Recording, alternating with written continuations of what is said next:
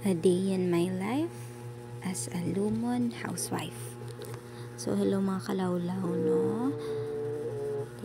Ambot nga nag-vlog mako ni mga kalawlaw, pero sorry route lang da sa akon best friend nga siya Dila liyog ko ikaw gid ni dapat una like and share kay ikaw gid ni nagpilit-pilit sa akon.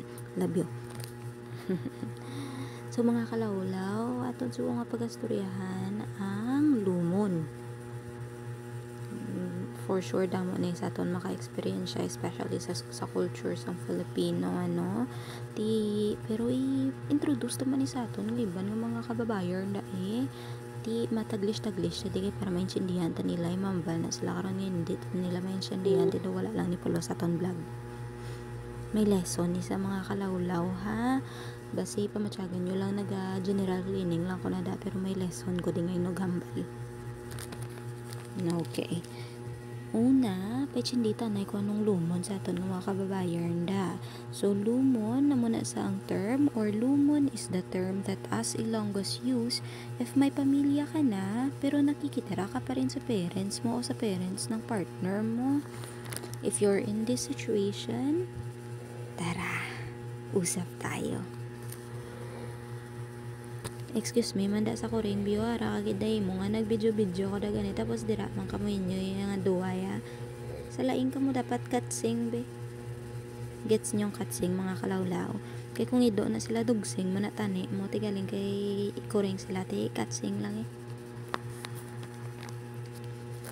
As a manugang, you have to respect your parents' decision.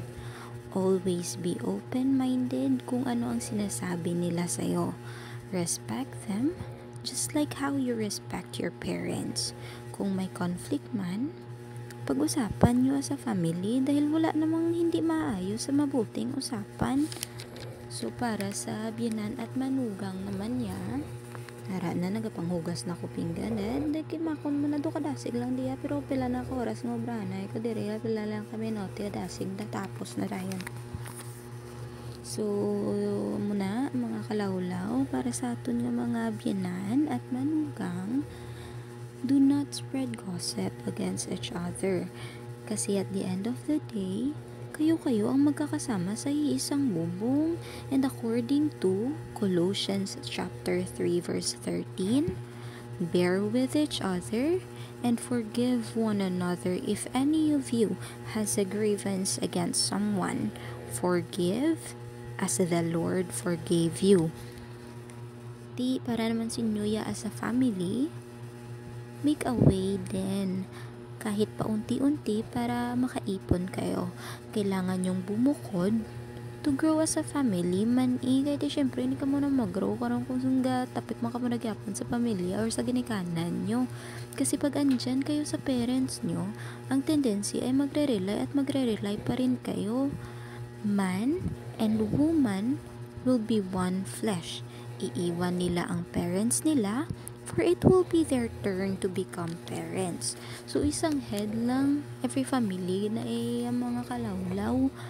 Walang masama kung nakatira kayo for the meantime. Ang masama is kung parents mo na rin nagpalaki ng mga anak mo. While you're still there, you have to bow your head. This situation works naman sa mga manugang dyan. Irespeto nyo ang inyong biyanan. At sa mga biyanan naman dyan, irespeto nyo rin ang inyong mga manugang. Huwag po nating pintasan ng asawa ng mga anak natin. Walaan man naman hindi kami perfect Lalo na kung nakikita naman ninyong they are striving and doing their best for their family. Huwag rin po tayong makikialam sa problema nilang mag-asawa kaya hindi mo kamo ang gahulin.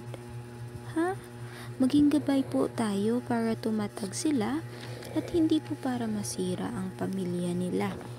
Pare-pareho malang natadin nga tao, no? Pare-pareho po tayong tao at hindi po tayo perpekto.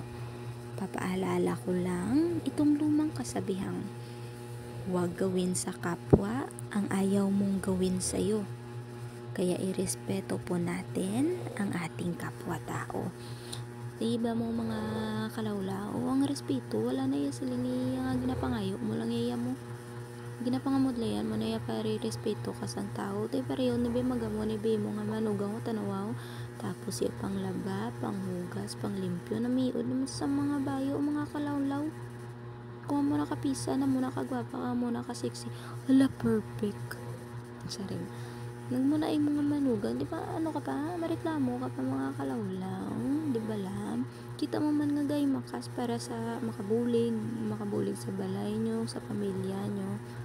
Hindi mo magala ka reklamo, mga kalawlaw, tanawalaw, gaan ka pa sa mga gwapo ka, gwapa nga po, abo ka perfect.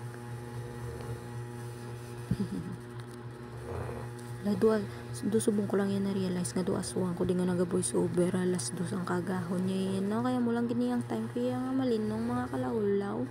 Di ko may mga mabatian ka mo na mga huragok, mga toko, isipon na pala ka toko-toko kay para mabalaan ta if he loves me or he loves me not. Naara naman sige tuduhi madam ka bira-bira sang silig-silig day para maubos ang yabo kay para wala may mahaklo mga kabataan mo kaya ang balanta ka mga kalawla may lesson ay maski do wala pulos lang ko di bala magambal pero may lesson siya ha and kabay pa sana may napulot kayong lesson at madala nyo.